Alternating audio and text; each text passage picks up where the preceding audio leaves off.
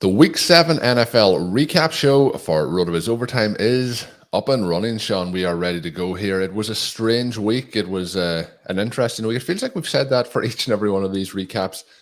This week, though, the injury bug really did kick into full force. A lot of star players injured. Really disappointing from that aspect. Some of the players we'll talk about throughout the games we recap today. News is still filtering out. There'll be more tests to undergo over the next couple of days, but yeah, some really disappointing ones. And I guess we have to headline that with Breece Hall, who starts off this game, has a huge touchdown run, continued at that point to look absolutely fantastic, and then obviously picks up the injury, ruled out pretty quickly for the game, which I've mentioned on the show a number of times. It's always the biggest part of the concern is when it's, not a case where they're given a bit of time to see how it feels, but this one, knee injury, talk that it is going to be potentially a season ender. The other one then, DK Metcalf, may not be as severe. He goes down after a target in the end zone. He misses the rest of the game. Mike Williams he says it's an ankle sprain. It looked quite bad at the time with the replays with his injury. And then we have Evan Neal, first round draft pick of the Giants this year. He goes down, offensive lineman. Many, many others that we'll sprinkle in throughout today's show that also got injured. So that is the real tough takeaway, I guess, from NFL Week 7. We're always going to have injuries, but this week felt particularly high in terms of the injury front. But Shawn, we did have some other fantastic games to talk about as well. We're going to talk about those. We're going to start that in a minute. But as we start off our Week 7 recap show, how are you feeling as we are most of the way through NFL Week 7, just Monday Night Football to go?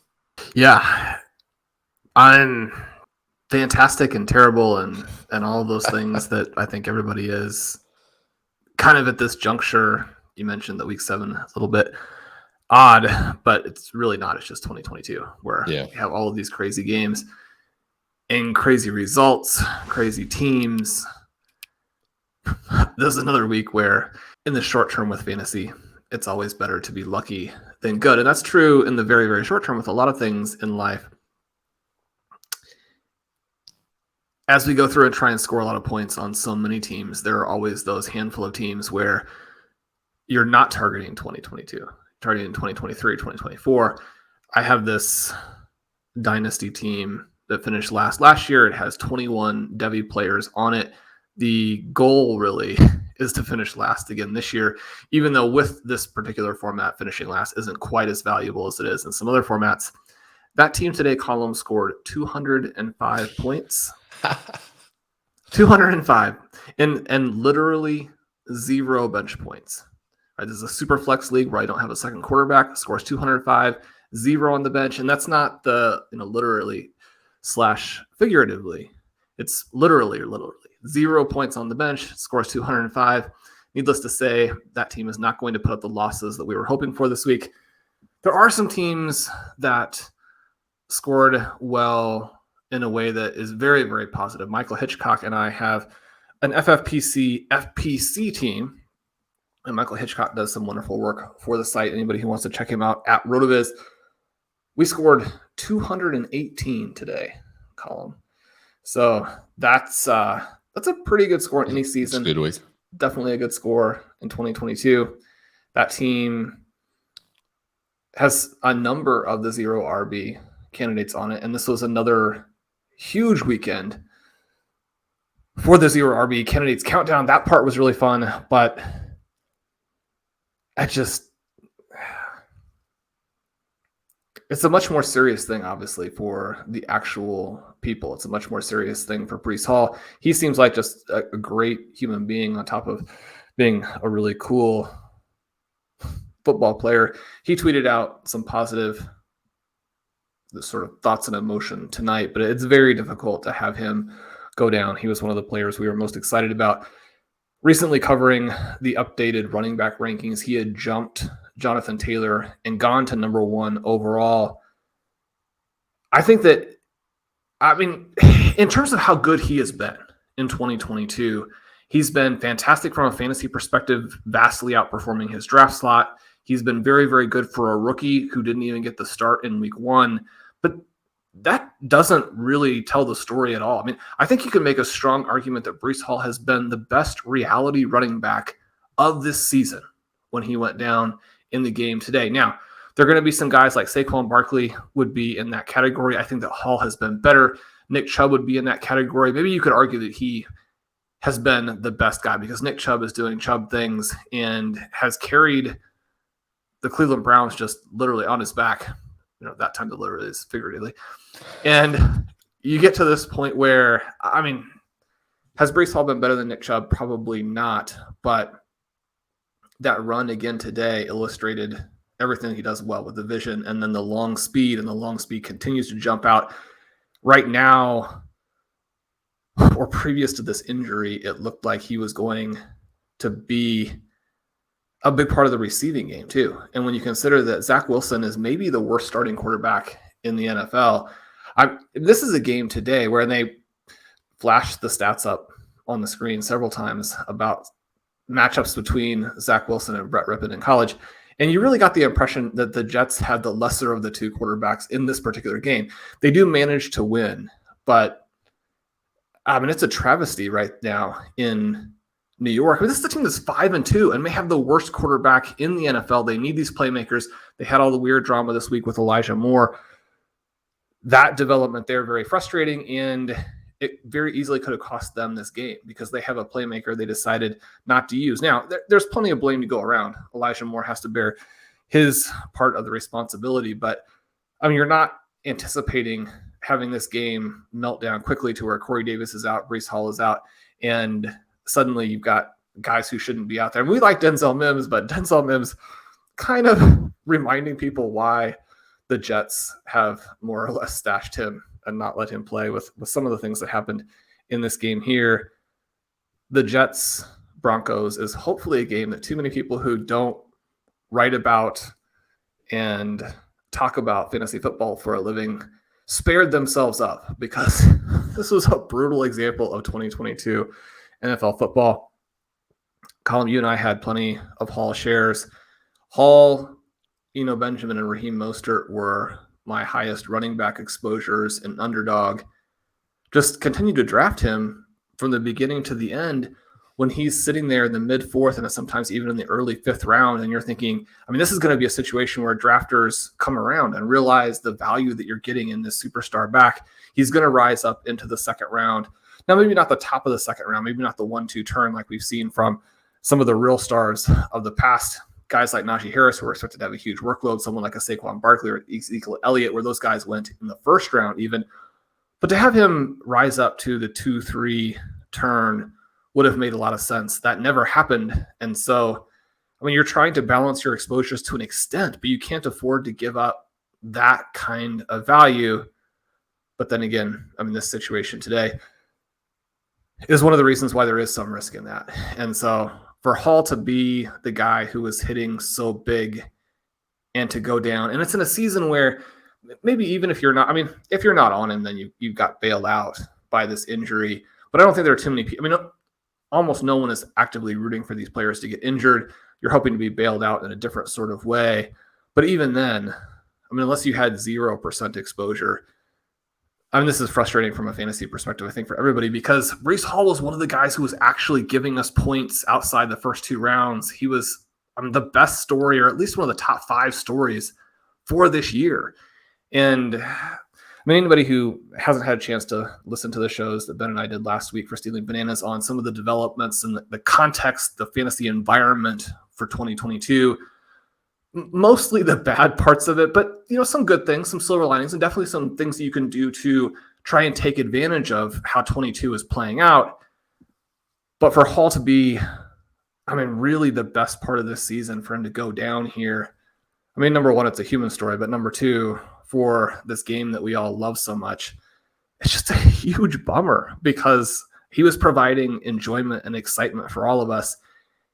And unless we get a surprise, which maybe we will. Every once in a while, things turn out not to be as bad as expected. But unless we get, almost a miracle here, it does sound like he's done. Yeah. And it is a case. Sometimes we do get that news where it isn't as bad as first feared. But with the knee in particular, diagnosis, particularly, early diagnosis on the sidelines when they do their test, is usually pretty accurate in these situations. So we'll see what happens over the the next few days, and maybe by the time you're listening to this, there might even be more information, but we're getting this to you as soon as we can after the Sunday Night Football game each and every week. Shawn, another game that was, I won't say decimated by injuries, but 2 star players getting hurt in it, the Seahawks and the Chargers. It also pairs in with the rookie running backs because we have Breece Hall looking fantastic. We had Rashad Penny, unfortunately, who was looking fantastic, got injured. Kenneth Walker steps in over the last couple of weeks and has looked tremendous. He has 23 rush attempts in this game for 168 yards and 2 touchdowns. One of those touchdowns is a 74-yard touchdown rush, which he looks electric on. So he has continued to look fantastic, stepping up in the place of Rashad Penny, and he feels like he could be one of those surging running backs down the stretch, particularly to help push your team to fantasy success. The other running back in this game was Austin Ekeler. He has 9 rush attempts for 31 yards and a touchdown. So nothing major there. Shawn, just the 12 targets this week for Austin Ekeler, just the 12 receptions, just the 96 yards, and just the 1 touchdown. So he has continued to combine rushing and receiving over the last kind of 3 weeks and put up huge numbers. Very big part, obviously, the passing game here. The team and the Chargers behind for most of this, working their way to try and get back into it. Mike Evans has 9 targets, 7 receptions, 86 yards, 1 touchdown. Does pick up that injury later in the game, which I was very concerned about. He doesn't seem as concerned about. They have a week 8 bye, but we'll see what the reports are on that. I think it's going to be at minimum a multi-week injury with a high ankle sprain, but it could be more severe. Gerald Everett, 9 targets, 63 yards, 5 receptions. Keenan Allen does play in this one, but is on a snap count, just 2 receptions on 2 targets for him. DK Metcalf on the other side, he has just the 2 targets, gets injured on that end zone target that I mentioned at the start of the show. Again, he doesn't seem to think it's that concerning, but we'll see what happens. He was ruled out very quickly after being carted to the locker room. Then Tyler Lockett continues to do what he has done. He has 7 receptions with just 45 yards. And Marquise Goodwin, I guess, is the story on the receiving side here for the Seattle Seahawks. 67 yards on 5 targets, 4 receptions, 2 touchdowns for Marquise Goodwin. Marquise Goodwin, Shawn, at one point was one of my guys. And this was where it actually came into play, maybe 4 years after that point. So Goodwin, who I thought was done at this point, has a big day when he steps in when DK Metcalf is out. Lots of interesting fantasy notes in this. The 2 injuries, obviously, I mentioned the 2 running backs. So, Shawn, I think have to be the big talking point here. They just look fantastic. So you're saying that you didn't have Marquise Goodwin in? I don't think I have zero percentage Marquise Goodwin in best ball anyway, but definitely not. He wasn't in those DFS lineups today, Shawn. And we'll talk about another player who didn't make it in, who was in a few original lineups that I passed up on, but that'll be the next game we talk about. Listeners can guess who that might be, but yeah, didn't have much Marquise Goodwin today. And when you consider that Lockett only goes for 45 yards and you know that Metcalf went out, and it was unfortunate too because he probably catches a touchdown on that pass if he doesn't tweak the knee. That when you suffer an injury, even if it's hopefully not one of terrible magnitude, then it can be hard to finish that particular play. He went up, made a great original play on the ball, gets his feet down, but does not hang on. We also had one of 3 targets to Noah Fant, was a beautifully thrown ball that Fant gets both hands on, and the defensive backs managed to knock away kind of at the goal line. That would have saved his day. He only catches 1 pass for 7 yards. Knowing all that, you kind of expect that the Seahawks got hammered and that Geno does not finish with a good fantasy day. It wasn't a huge game for him, but he again throws for 210 yards and 2 touchdowns. Looks fantastic. Some of the plays that weren't made here were definitely not on him. He made unbelievable throws and his guys did not come down with the plays. But as you mentioned, this really is a tale of the 2 running backs. You don't have too many games where a back carries 23 times and still manages to put up an average of over 7 yards per carry. But to do that, you do need to have that 70-yard touchdown run. This is his second big run of the season, and he looks like he'll be a flat-out star. I moved him in last week's Dynasty Update also into that range that really is just behind Saquon Barkley and Christian McCaffrey. He looks that good. It does look like it's going to be a good fit. The concerns about the Seattle offense limiting to the backs have mostly been removed. I mean, Geno's probably going to go through a little bit of a downturn at some point, but right now, the decision-making, the accuracy that he is showing off, you just can't be that worried. There are so many other teams that have much more significant problems. And even though DJ Dallas, potentially at some point Travis Homer, taking a few of the routes in the passing game, it's not enough to ding his upside at all there. It's really cool to watch him run. The thing that you've noticed with both Breece Hall and with Kenneth Walker is the patience. There are a lot of plays actually in this game where you're almost thinking, I mean, is he going to start running forward at some point? Because he'll take the handoff, pause back there, kind of make his way through that initial sort of road furniture at the line of scrimmage. And then when he finds the hole, he's just gone. One of the things that I really like about the top of the dynasty rankings right now is that you have elite athlete after elite athlete after elite athlete. That makes for a fun group of guys to be trying to acquire, to be rooting for if they're on your teams. We talked about the decline and maybe collapse of the Uber back early on in the season, but we've had some guys really rise. You talk about the 12 receptions for Austin Ekeler. That's exactly what you're looking for that Uber back type of player. Our point here on overtime column, on the one that we have been sort of pushing for a long time, is that broken tackles are overrated. Now, overrated does not mean meaningless. If you got a guy who can go out there and break some tackles, he's likely to be able to maintain a lot of that. He's likely to be able to maintain his workload. Those things stick in the coaches' minds. There is some predictive value to it. But when you're looking for guys who are going to be fantasy game breakers for you, you want that long speed to go with some of these other elements like the vision, like the patience that some of these young backs are demonstrating.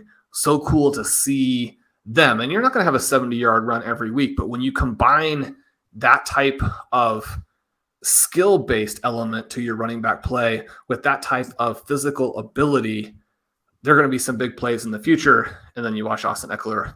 There's no question that he brings all of those things to the table. He's small, but he's thick. And despite being thick, the athleticism that he has, and this has been one of the things back to where, when he was the backup and really just the space back to Melvin Gordon and was always on the 0 RB candidates countdown, was that the athleticism isn't just good, it is unbelievable. And just because he played at a smaller school, because he wasn't a high draft pick, it's easy to think that, some of this stuff, not that it's a mirage, but that he's doing it based on grit and all these other things. He's doing it based on that, but also because he's one of the best athletes in the NFL. And that manifests, almost each and every week in terms of the fantasy score. When you think about Christian McCaffrey, I mean, it's far past time that we think of Austin Ekeler in that same basic category. Cool to see him look so good today.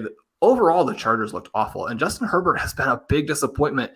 I feel like we got this one right, Colin, in that Herbert was a guy, not that we would tell you not to draft or that he was not going to be good, but that his draft slot was a couple rounds too high. His positional ranking in terms of ADP was 3 or 4 guys too high. That's more or less the way this is playing out.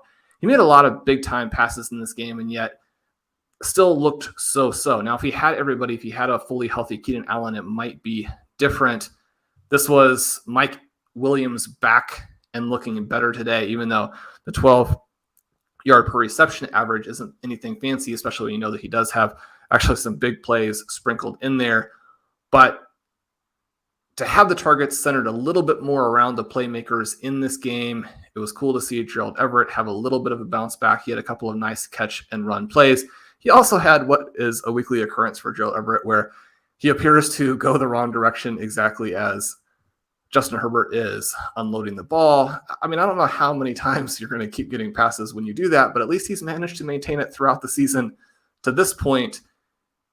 Sort of a little sort of low-level weird thing in this game or this weekend is I don't think I've ever watched a weekend of football that featured this many dropped interceptions. I mean, we might have had like 25 dropped interceptions today, which, I mean, one of the reasons that these guys who are incredible athletes are on the defensive side of the ball, as opposed to being the prima donna wide receivers, is that maybe their hands aren't quite as good. But I mean, this could have been a massive interception day if balls hadn't been thrown right to the defense over and over and over, and then those balls were dropped.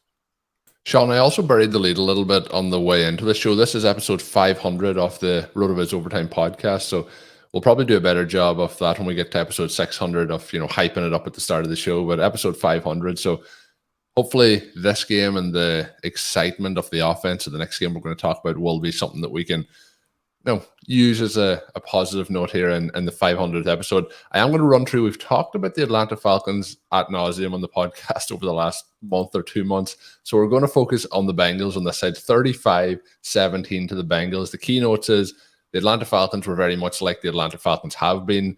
Kyle Pitts didn't have a big day that maybe we were hoping that would eventually be coming maybe this week because the game script would fall into that category. The Falcons trailed by 10 plus points for the final 50 minutes of this game today.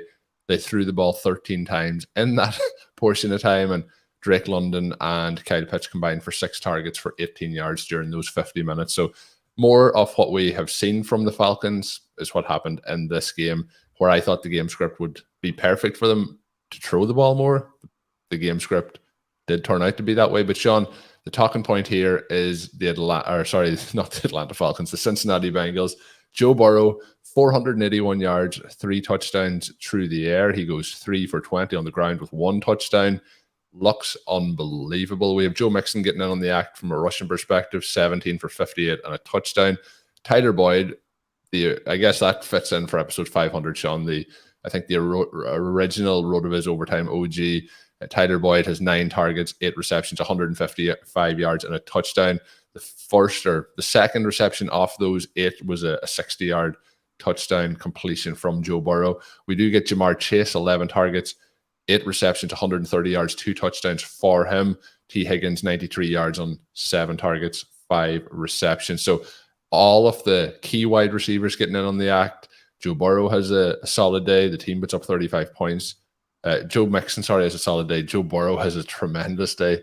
What was your thoughts watching this Bengals game? This is the Cincinnati Bengals that we signed up for in the offseason. It is. And yeah, I mean, maybe they just need to play the Atlanta Falcons every week. If you had Tyler Boyd on rosters and you watch this game, you're trying to figure out why every game isn't like this, right? I thought you were going to say if you had Tyler Boyd on rosters and the Pacheco news came out in the morning that he was going to be the starter, and you swapped Tyler Boyd out for Pacheco in the league. I thought that's what you were going to say. That was hard to watch. I've watched the Kansas City Chiefs play. There was nothing that was going to get me to put Isiah Pacheco in a lineup because bad decision. The Chiefs can't run the ball, and you know that if they score, it's going to be some fluke Clyde Edwards-Helaire touchdown that he didn't deserve in any way. Back to the Bengals. Tyler Boyd, right? The best slot receiver in football, can score you some long touchdowns. This is what the Bengals should look like all the time. The Bengals and the Falcons kind of going in different directions here. The Bengals deciding, oh, wait, we want to be Super Bowl contenders. Let's go win some games. They throw 42 times. Despite leading for the vast majority of this game, Joe Mixon only carries 17 times. He does get in the end zone. I don't think it comes as a huge surprise that on the team I referenced at the beginning where he scored 218, that Joe Burrow was the quarterback on that team. His game today does illustrate why I did want him with JaMarr Chase on those teams. I mean, this is a game, too, where T. Higgins should have had that touchdown instead of Joe Burrow getting the rushing score.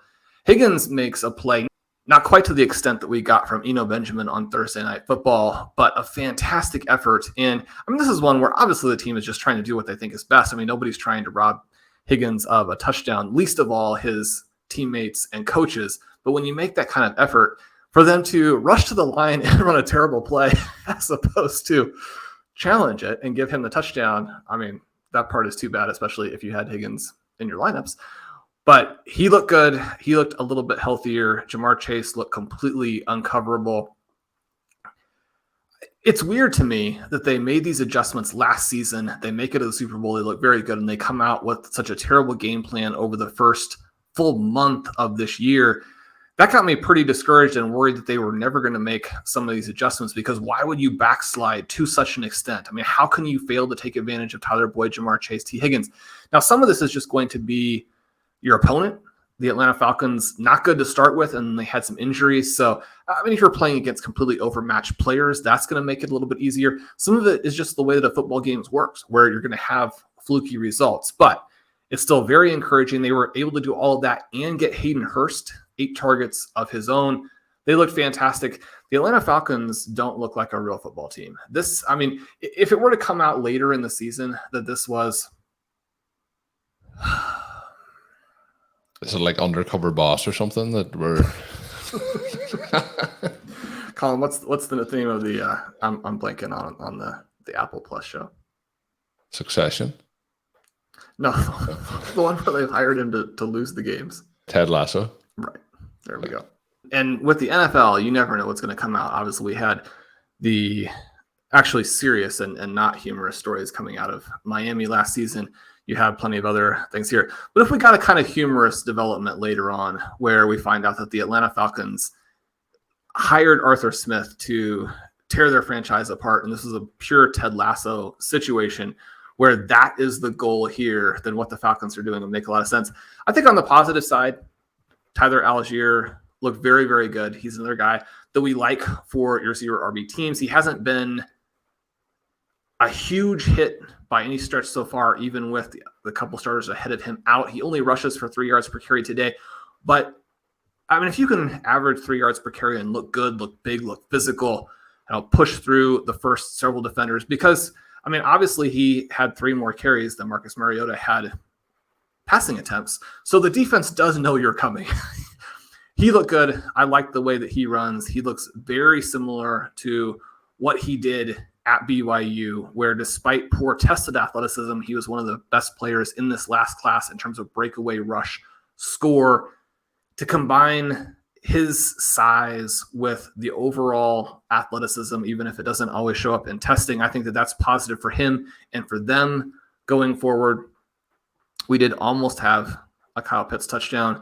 I think the challenge made sense. I think it was the right call, but he looked good there at the goal line. At some point, Drake London and Kyle Pitts are going to break into double-digit receiving yards for the week. And at that point, they will still be massive fantasy busts. But this was a great game for the Cincinnati Bengals. I think really encouraging all the way across the board.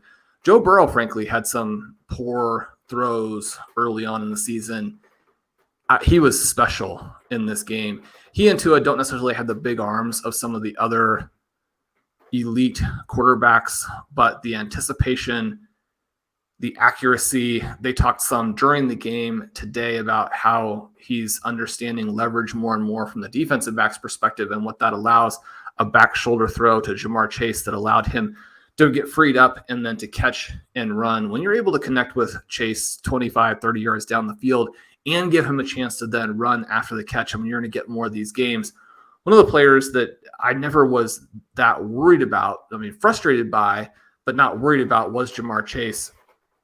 He's someone to have up there with Justin Jefferson at the very top of the dynasty rankings. Every game's not going to be like this. You're not going to be able to support all 3 wide receivers at big-time scores in every single game. But, I mean, these guys are going to hit, and they're going to hit, and there just aren't too many receivers in the NFL that can give you an 8, 130, and 2 line 4 or 5 times a season. And you mentioned, the catch and run from JaMarr Chase, but the throw for the other touchdown, deep to the right side, or not deep down the field to the early portion of the end zone. Phenomenal throw, phenomenal catch on that play too to JaMarr Chase. Shawn, the T. Higgins call to go for it, to rush up, I can't understand why they're doing things like that unless they think it's a fumble that's going to be called a touchback in the end zone, for example. We've seen them earlier in the season, the Bengals as well, that is, go for it after JaMarr Chase hit a ball clearly over the line for a touchdown. And I think on both occasions now they've actually pushed those in for touchdowns. But yeah, they're really strange calls that we actually talked last week about one of them as to why they would have done it, and that was from a couple of weeks back. But this one was bizarre again. But all the Bengals get theirs this week. Nearly all of the Chiefs, Shawn, got theirs this week as well. The 44-23 victory against the 49ers. Patrick Mahomes has 423 yards, 3 touchdowns, 1 interception in this one. JuJu Smith-Schuster's second big game in back-to-back weeks in a row. 8 targets, 7 receptions, 124 yards, 1 touchdown going to him. Marquez Valdes Scantling, who had 0 points last week, but was kind of unfortunate with the way that played out with a number of close calls. But he goes 3 for 111 on 4 targets, and this one of those catches has been a 57-yard reception. That's more of what I'm sure they're hoping that they get out of him down the stretch here this season. Travis Kelce, well, the Travis Kelce day, he goes 6 for 98 in this one. Shawn, I mentioned earlier the player that wasn't in lineups that I had moved in and then moved back out. That was Mecole Hardman. Mecole Hardman, 32 receiving yards on 4 receptions, 1 touchdown. He also pairs that up with 2 rushing attempts for 28 yards and 2 touchdowns. So 3 touchdowns total going the way of Mecole Hardman. I mentioned Isiah Pacheco. Reports had come out early Sunday that he would get the start this week. Didn't really lead to much. 8 for 43 going his way there on the ground. What's your overall thoughts here on the Chiefs? They look like this again is what we were hoping we would see from Patrick Mahomes, and this kind of multiple wide receiver option rather than, obviously they've moved on Tyreek Hill. Now you have JuJu Smith-Schuster, MVS, and Mecole Hardman, for example, paired up with Travis Kelce. They all come together today to have pretty big games. Yeah, and this is obviously what the Chiefs were planning when they add these guys in the offseason. It's been a disappointment up to this juncture, but then to have both Smith-Schuster and MVS go over 100, you get that touchdown, and that in a lot of ways also then unlocks Mecole Hardman, because you got to take those other guys seriously, and then their gadget plays start to work. The combination of Patrick Mahomes being able to throw the ball deep, he had one here where MVS goes the distance. If he's actually not so open, that Mahomes took a little bit off of it just to make sure that they wouldn't blow it. MVS has to slow down the tiniest bit. He does end up getting tackled from behind. They do go in and score the touchdown. When Mahomes can do 423 yards and you're getting it in every possible way, you've got those Travis Kelce points, you've got all of the gadget plays around the line of scrimmage, all the misdirection, you've got the other receivers playing. And this is a game too where they have, I mean, I'm a hugely biased observer, so I can't really say, but they have a play at the end of the first half called back that, you know, the officiating specialist felt like was a very borderline call. That would be another touchdown for them in this one. This is one of the reasons why I thought they were going to defeat and should have beaten the Buffalo Bills last week. The two best teams in football by such a huge margin right now, because the 49ers are not a bad team. They fall to 3-4. Obviously, they would have loved to have won this game at home, but they do make that Christian McCaffrey move a little bit looking ahead to next week and starting to go on a run to take the NFC West. I actually wouldn't be surprised if this ended up being your Super Bowl right here. Now, the Bills are going to factor into that.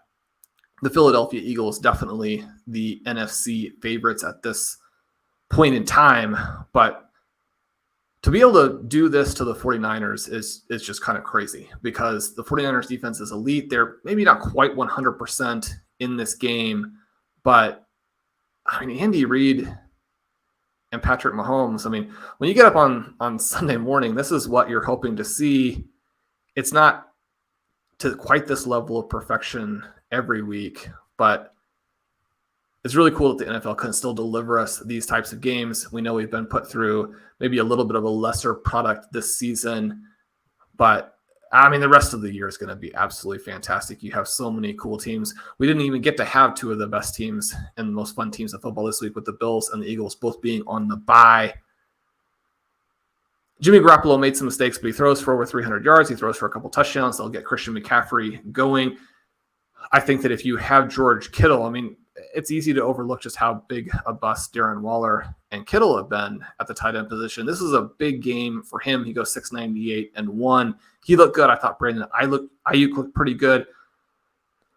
A frustrating performance from Deebo, but I mean, this team will come back, and the Christian McCaffrey trade for them, really cool. You're going to see 30, 40 points from the 49ers consistently over the second half of the season. Yeah, the 49ers obviously would be, since we recorded, Christian McCaffrey now a San Francisco 49er. So that was a pretty big change, Shawn, to have over the last couple of days. But he does play here, but you know, just kind of getting integrated into the lineup. We'll see what he does moving forward. Brandon Aiyuk, you mentioned, he continues to to look pretty solid and emerge. And we talked recently about how he did down the stretch last season. Deebo Samuel, 5 for 42 here on 7 targets.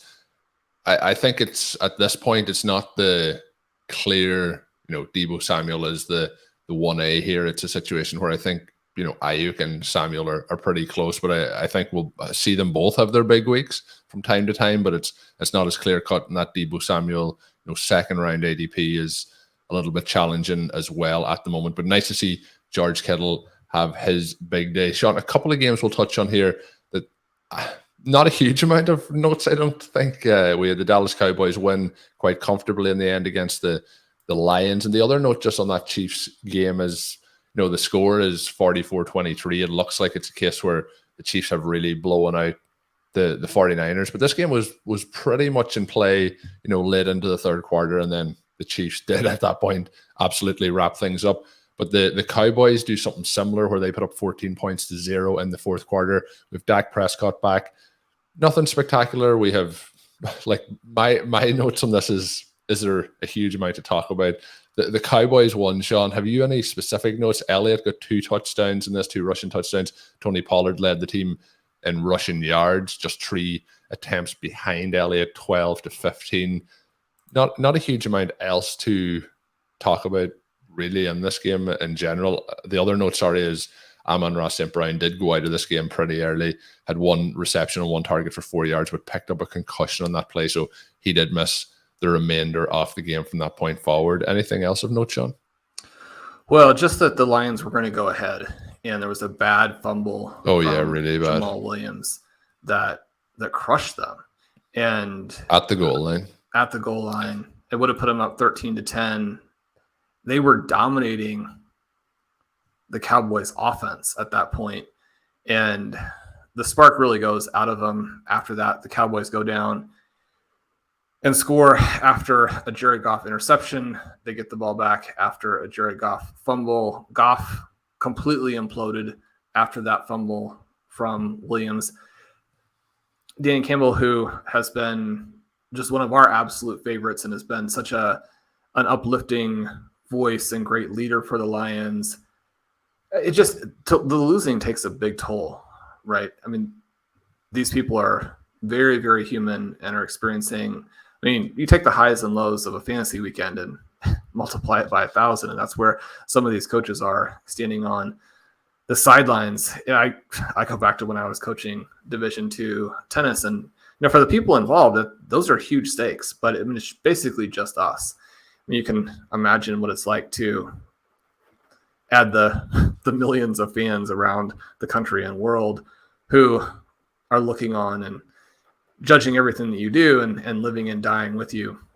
With that, I mean, the investment that I had from a coaching perspective, and then you think about what these guys are doing, to have that fumble. I mean, he takes the headset, smashes it down, and it's just tough. I mean, one of the things that is fun about competition is that you're competing. Somebody wins, somebody loses. It's not just something where you go and run around for a bit and don't keep score.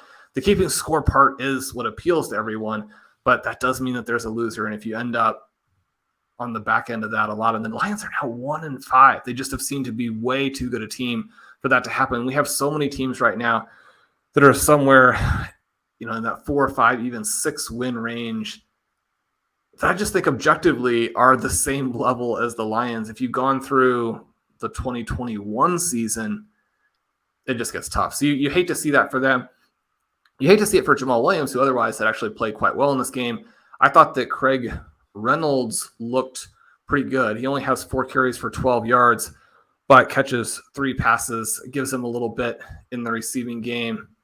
Probably not something where he's going to take a step ahead of Williams if DeAndre Swift should be inactive again next week. But, I mean, at least have your eye out or your ear to the ground and try and keep up with those whispers if Reynolds were to get a big workload in a week. He's someone who, especially during the buys, a desperation start, maybe you plug him in there. The Lions need DeAndre Swift back. They need Jameson Williams whenever he's ready. Obviously, the Lions aren't going to rush him, but to lose Amon-Ra at the very beginning of the game It seemed to unsettle them on offense, but the defense held them in there. They had a chance at this one. If you're looking at it from the Cowboys' perspective, Ezekiel Elliott scores the 2 touchdowns, but looks bad. Tony Pollard goes for 83 yards, looks very, very good. Dak Prescott, 19 for 25. He averages 8 yards per attempt, but very unimpressive.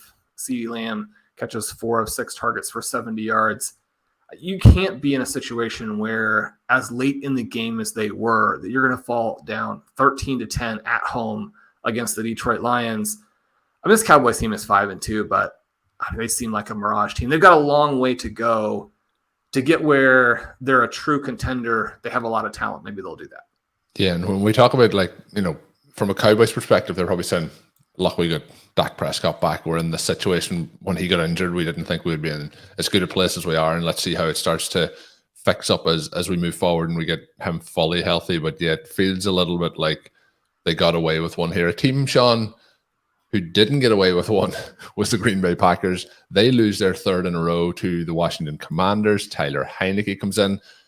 Heineke, I didn't think had a great game here, 201 yards, 2 touchdowns, 1 interception, but I do think that it looked better than what it has with Carson Wentz. Now, I don't know if that's a situation for the Green Bay Packers to be the problem there, or that it was the way that the offense ran through Heineke. I thought Antonio Gibson looked pretty good in this. He goes 10 for 59 on the ground. He also goes 3 for 18 in a touchdown through the air and 4 targets. Brian Robinson running the show in terms of the overall touches in the backfield, 20 carries, 73 yards for him. From that perspective, he gets 2 targets, 2 receptions, 13 yards. I thought Terry McLaurin, Shawn, looked good in this one, 5 for 73 and 1 on 8 targets. He really had a couple of highly contested catches and had the key catches down the stretch to kind of ice the game away in that 4th quarter. On the Packers side, this is just bad. It's the same as we've talked about each and every week so far. Passes just slightly overthrown, passes underthrown. Rodgers seems to be struggling, or currently really struggling with the thumb. They're playing it down, but when he's throwing some of these passes, they're going really low down to players' feet. They're not as catchable as they should be, and we've seen a couple of key 3rd down conversions that really struggled there. There was a portion, I believe, in the 4th quarter where the Packers hadn't completed a third, or hadn't converted a 3rd down, and at that point of the game, I think it was the longest stretch that the team had since 1999 without completing a 3rd down conversion. So really struggled from him. He does end up with 2 touchdowns on 194 yards. A lot of that coming, though, in the 4th quarter. The player for the Packers, Shawn, who looked really good in this, who continues to not get enough of the ball, is Aaron Jones. He goes 8 for 23 on the ground. A.J. Dillon goes 4 for 15. We do get Aaron Jones going 10 targets, 9 receptions, 53 yards, 2 touchdowns. And for Rodgers' struggles, the 2nd touchdown to Aaron Jones is an incredible throw and an incredible play from Aaron Jones. That was one of the highlights here, I guess. Romeo Doubs, 0 receptions on 4 targets for him. So hugely disappointing the way his season is starting to play out here. But yeah, the Packers not looking good. And we're going to try not to talk too much about the officials. I've seen you done a really good job, Shawn, in glancing by when you talked about the Chiefs and that flag at the end of the 1st half.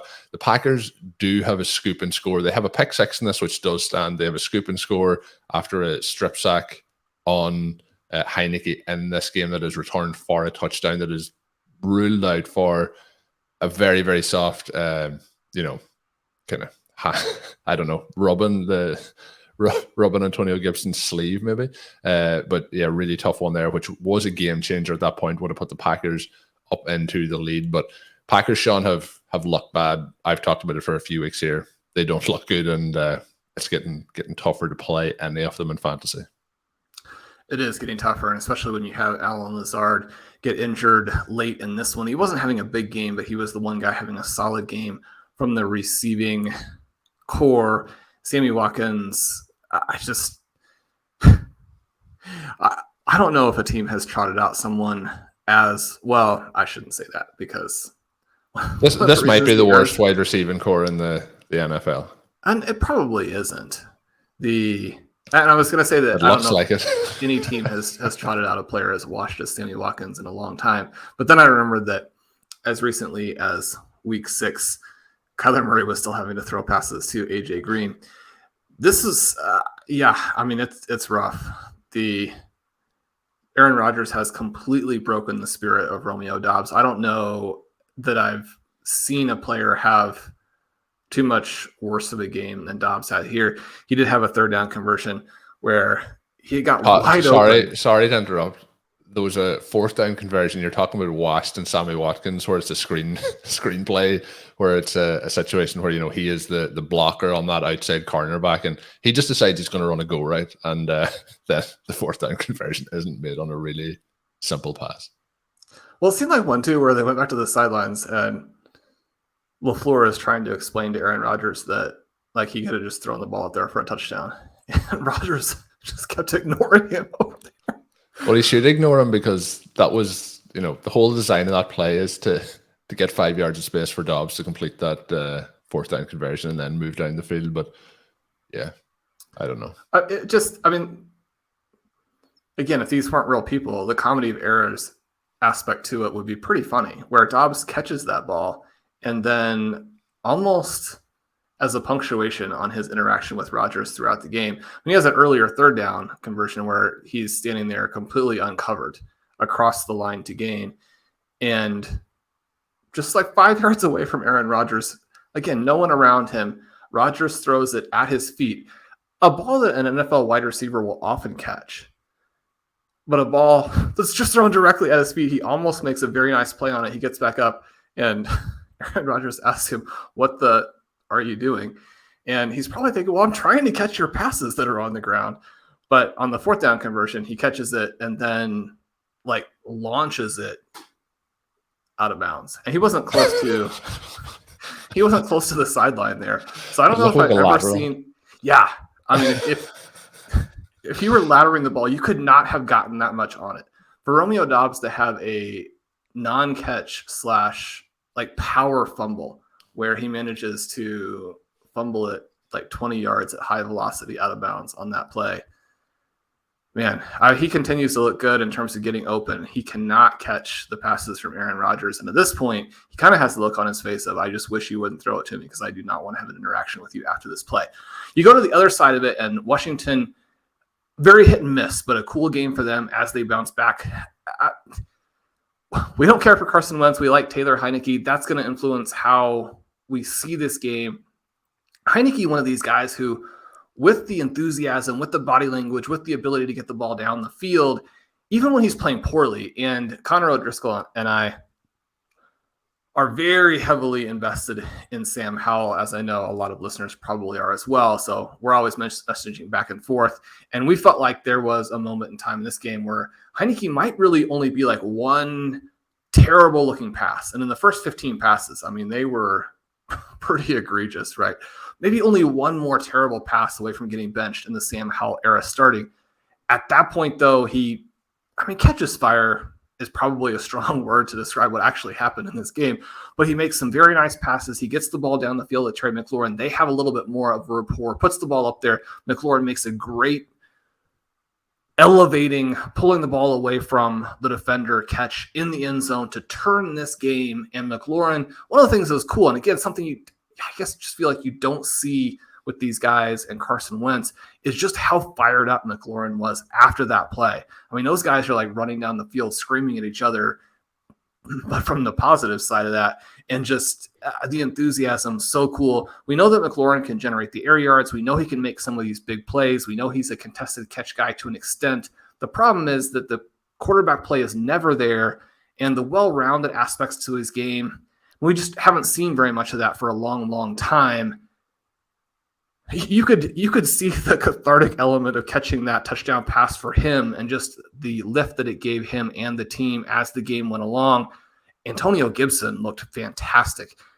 You mentioned the 10 for 59. He looked shot out of a cannon in the rush game. He catches 3 of his 4 targets. I like both of these guys, but Brian Robinson was not an elite prospect coming out of school. He plays behind Najee Harris, who probably is not even a starting NFL talent despite being a first-round draft pick. He hurt Washington in this game. His story is also amazing in terms of coming back from those injuries. It seems like Washington may be pushing him out there ahead of where he really needs to be, especially when you have Gibson, who is a much, much better athlete and a more electric player. maybe he doesn't bring quite the physicality, maybe he doesn't bring as much intuitiveness to the running back position. But even with those weaknesses, I mean, I think that Washington's coaching staff has gotten, I mean, they're kind of in the same place that we are with Heinicke and Carson Wentz, but in the opposite direction with these running backs, where they love Brian Robinson. They don't necessarily care for Gibson. It looks like they're hurting the team a little bit, but this is a big win for the Commanders. They get back to 3-4. You could go on a run here. It is frustrating for those of us who have Howell in different formats and just kind of want to see him play because he was such a ridiculously good college player, and he brings the profile that the NFL needs right now, where you have the big arm, you've got the athleticism to gain a lot of yards with your legs, you can extend some of these drives, you can get the ball out to the receivers to let them make plays. We're dying for him in particular. We're dying for dynamic football in general. Maybe we'll still get a chance to see him this season, but I mean, it's impossible to root against Taylor Heinicke. He's just too much fun out there. And you mentioned the team really seemed to, have that rapport with him that maybe they just don't have with Carson Wentz. The other note on the Packers, Shawn, is Amari Rodgers, 3rd round pick a couple of years ago, needs, I don't know. I know they have no receivers, but this guy has been on special teams basically since he was drafted. And another muffed punt in this one, which he continues to cost the team from a realistic point of view. You're not going to need to know about him for fantasy purposes, but yeah, another situation where this game really, with those couple of plays, the muff punt that I mentioned leads to a field goal, and the return that led to the touchdown that was nullified, could be looking at this game from a very, very different perspective. But yeah, the Washington Commanders felt like they were going to win this game for quite some time. I was resigned to defeat for a large portion of this game. The last game we're going to talk about on today's show, Shawn, is the Giants and the Jaguars. An interesting enough game here. Trevor Lawrence didn't look as good as he looked in that kind of stretch at the start of the season, but he didn't look as bad as he looked on the other stretch where things were going really, really poor. He has 310 passing yards, no touchdowns, no interceptions. He does have the rushing touchdown where he pushes in over the goal line on that kind of extended sneak. We have Travis Etienne, 14 attempts, 114 yards, and a touchdown for him on the ground. Just the one reception on 5 targets for him as well for 5 yards. Christian Kirk continues to look good, 7 for 96 on 10 targets. Evan Ingram gets in on the act with 67 yards on 4 receptions for him.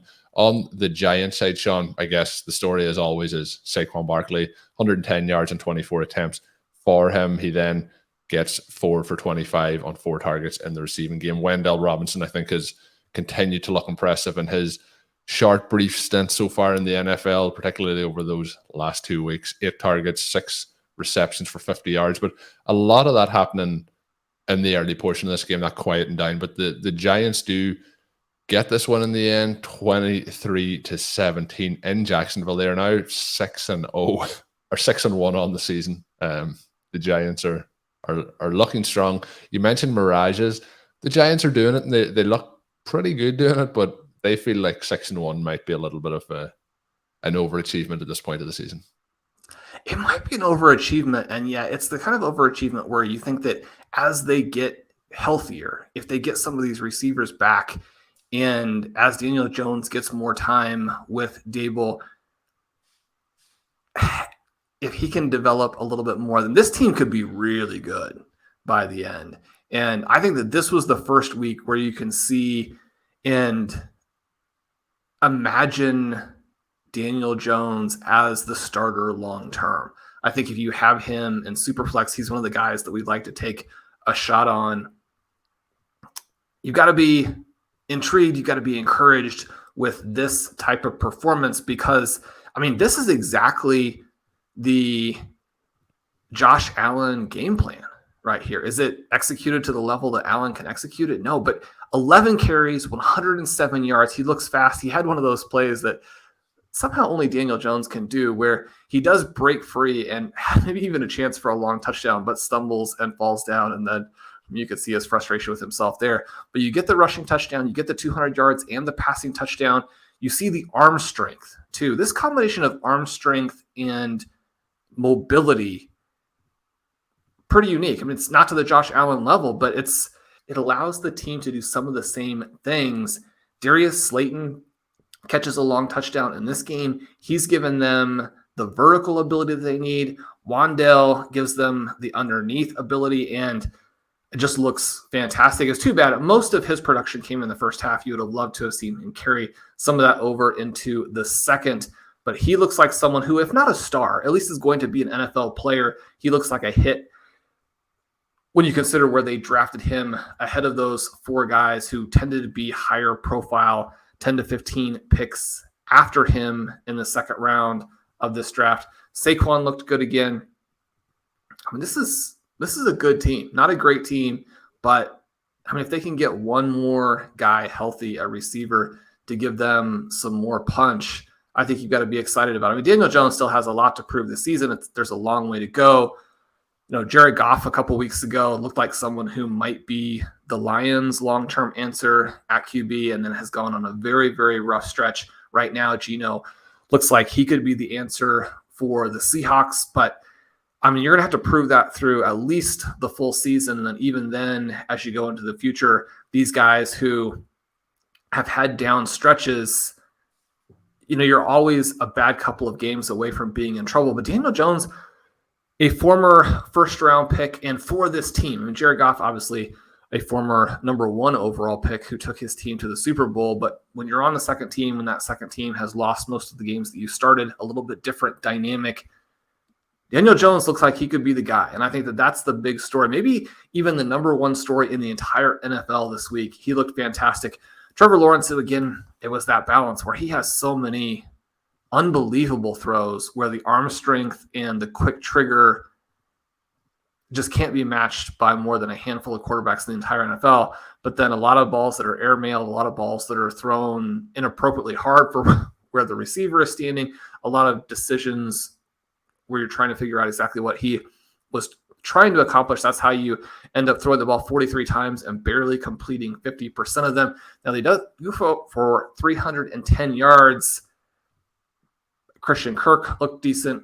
Evan Ingram looked decent. Marvin Jones made a great play. And they've got balance in their receiving game. That's something they were limited to an extent by what looks like a very, very good Giant secondary. They continue to be consistent throughout. But the other story here, other than Daniel Jones on the Giant side, Travis Etienne. I mean, if there's kind of the good news to go with the bad news of Breece Hall going down, it was Kenneth Walker, it was Travis Etienne. Both of these guys are just so much fun as young backs. We have a lot of exposure to the young backs in redraft, in best ball, and dynasty.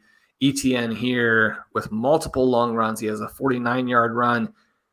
He was the guy where in the preseason, I thought he looked like he was operating at a completely different speed than everyone else on the field, and yet it was a little bit disconcerting that he's not a huge guy. Now, obviously, we've watched him play a lot of years at Clemson, but if anything, he looks a little bit smaller out there on the NFL field than you might have anticipated, and yet, I mean, you better not leave a hole because he's going to go 50, 60, 70 yards. And we also saw him be able to consolidate some of these other types of touches. He gets the touchdown on not a short carry, but a touch there inside the 20. This is a game where James Robinson gets a target but does not get a carry. The only other carry goes to JaMycal Hasty.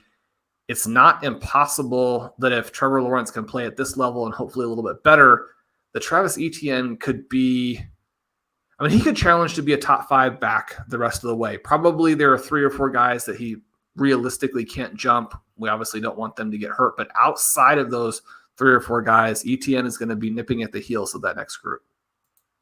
Yeah, it really feels like it looks electric. I think I've used this word a few times, electric. So he is kind of what we hoped again. And some of the things that we talked about in the offseason are really starting to come to fruition. Some of the players, unfortunately, like Breece Hall, are at this point in time not looking positive for the remainder of this season through injury, but we'll see how it goes over the next couple of days. Shawn, we didn't talk about the Panthers Bucks. We didn't talk about the Browns Ravens, Oakland, I'm still calling them Oakland, the Las Vegas Raiders against the Houston Texans. Then we have Sunday Night Football with Miami and Pittsburgh, and we have Monday Night Football with the Patriots and the Bears. We'll be recapping all of those, talking about the news and notes from them on the Wednesday edition of RotoViz OT. If you are subscribed to the podcast feed for RotoViz Overtime, you will get that show on Tuesday evening around 5 p.m. Eastern, so you get that advanced information at an earlier time. So Do make sure you are subscribed. The link to the podcast feed will be in today's show notes. Subscribe to get all the shows as soon as possible once they come out. If you're signing up for RotoViz NFL Pass over at rotoviz.com to get access to all of our content and tools, you can use the promo code RVRadio2022 at checkout. Save yourself 10% off while signing up. You can get access to all of Shawn's work and all of the rest of the RotoViz team's work with that NFL Pass. Once again, that code is RVRadio2022. This has been episode 500 of RotoViz Overtime. My name is Colin Kelly. You can follow me on Twitter at @OvertimeIreland, and you can check out all of Shawn's work, as I mentioned, up on rotoviz.com. And until we are back with the next show, have a good one.